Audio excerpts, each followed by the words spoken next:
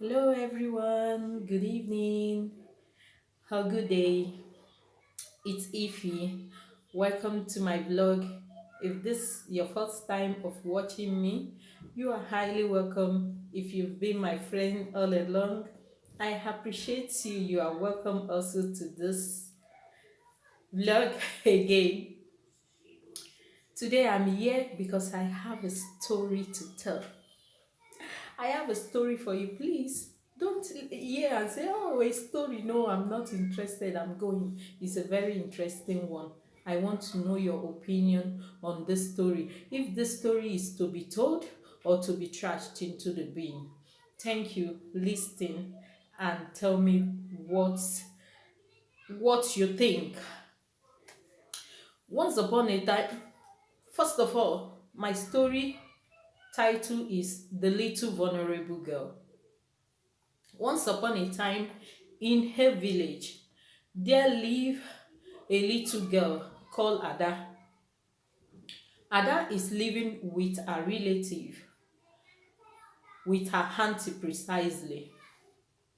So, in Ada's residence, where she's living, there is a man that always come visiting, and this man name is Uncle P.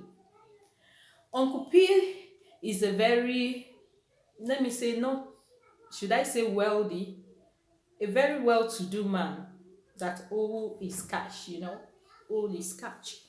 So Uncle P always come to Ada's aunt restaurant shop to get some drink. Uncle P like drinking.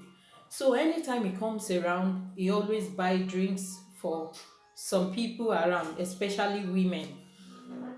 So where Ada is living, there is also another girl living there. So this girl, I don't even know what name to give this girl. Okay, let's say it's Bella. Okay, Bella. Anytime Uncle P comes around, Bella is always all over Uncle P, and Uncle P always buy drinks for Bella and treat Bella special, which kept Ada wondering, what is it all about that Uncle P is always showering Bella with gifts? But Ada, being an innocent little girl, she just look it like that and wave it off. On a very fateful day, Ada's auntie was not at home. She went to church. That was on a Sunday. So Uncle P came around. There was nobody in the house. It was Holy Ada. The shop was locked. So on a Sunday like this, when the shop was locked, a special customer can come and drink in the parlor. So Uncle P knew that maybe this Sunday Ada's auntie will not be at home.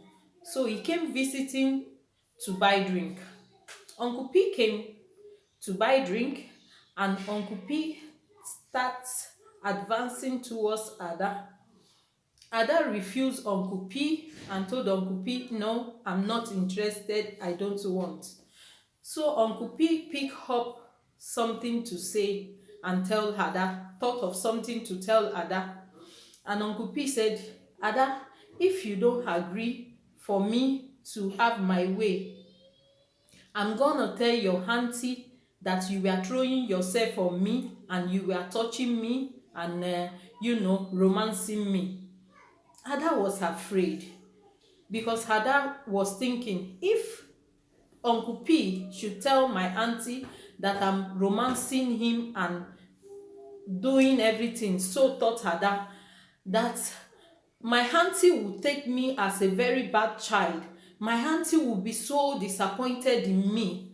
So Ada never know what to do as a little child. As Ada was so confused with the threat of Uncle P. So Uncle P said, you just have to allow me to have my way, because you see how I shower. Uncle P was telling Ada, you see how I shower Bella with lot of gifts, because I also had Bella, and Bella enjoyed it. But Ada said, no, I don't want Uncle P. Uncle P then grabbed Ada, drew Ada, and raped Ada. Take his way forcefully on Ada and disvirgin Ada. Ada was crying. Uncle P on this process closed Ada's mouth not to shout and was threatening Ada. If you shout, while he was on Ada, if you shout, I'm going to tell everybody that you forced me, you are romancing me and this. Uncle P had his way.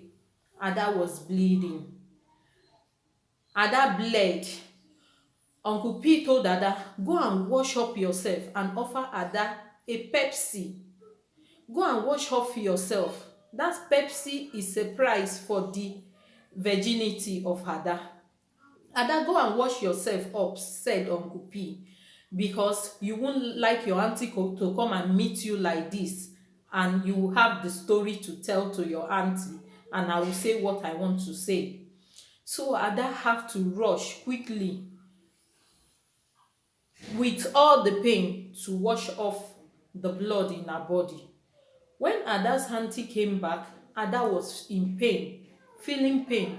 But due to some kind of things that a lot of people, when a child is living with them, they don't give these children confidence to confide in them. Ada couldn't tell her auntie, in being afraid to tell her auntie such a thing, and what will become of her, and what the man will say. Uncle P will say Ada did not tell her auntie, and the auntie couldn't even see Ada's pain. Nobody could see Ada's pain. Ada looked for somebody to tell her pain to. Neither Ada's mother knew what was going on then, because she is far away. Ada cried and cried for some days with that pain, limp walking, but nobody noticed Ada. Ada kept this in her mind for a long time, with nobody to say her pains to, and this passed away for a long time. But Ada, anytime when Ada, people are talking about how they lose their virginity, Ada always remembered this sad event. This is the end of my story. But one thing I want to ask in this story, should Ada say her story or continue to bury this story in the deep part of her heart or forget about it? Should Ada say her story out for people, for mothers to know that when you give your child out and you are not there, to a relative or to someone else, and you are not there, that things are bound to happen to your child in your back that you will not be aware of, and this child cannot tell anybody because there is nobody there to confide in? Is Ada to speak out for children to know that when such a thing is happening to you, no matter the threat, you should say it out? Please let me know what you think about it. And do you think that Uncle P, the story of Uncle P threatening Ada should not be said out? Please let me know in your comments below. This Ada story is my story. It's my sad experience, which I've never shared with anybody, but YouTube give me the opportunity to share it out. Please, parents, please, I know this thing is not common in Europe, but it's common in Africa. Please, parents, you give your child out. Know the kind of person you give your child to. Even if it's a relative, always check on your child and try to be part of the life of your child. Try to be present in the life of your child. Try to know her well-being. In short, what I should say is that don't give your child out to anybody. Your child can be molested by people around, a relative of those people, and a stranger. Anything can happen to this child and there is nobody to confide in. Please, this is out of experience. I know some people will say, oh, if he has come with her story again, she's unforgiving, she's like this. There are a lot of things that are supposed to be said. If nobody is saying it, these people will continue to do what they are doing, believing excuse, believing they are doing the right thing, believing nobody is going to question them, that nobody knows what is going on with them. Do you think Uncle P is not to be cautioned? If I should see Uncle P today, I will tell him, if possible, I'm going to sue him to court. Not because I did not forgive him, but for doing that to me at that age, at that my tender age, doing that to me and leaving a mark in my life, unwillingly forcing me to do what I don't want to and threatening me. So please, I took a courage to say this. I've never said this to anybody, not even my mother nor my sister. But sometimes, somehow, some things have to be said. This is my story. If you give your child out to a family, to a friend, to anybody, do you know what her story may end up being? With this, I leave you all and I say good day. Please comment below and let me know what you think. Do you think Ada is wrong by saying her story? Do you think what Uncle P did is the right thing? Because I know there are a lot of Uncle P there going out, violating vulnerable children, innocent children, helpless children. If you are Uncle P, this is my advice for you. In short, I'm going to bring a koboko, a very strong cane for you.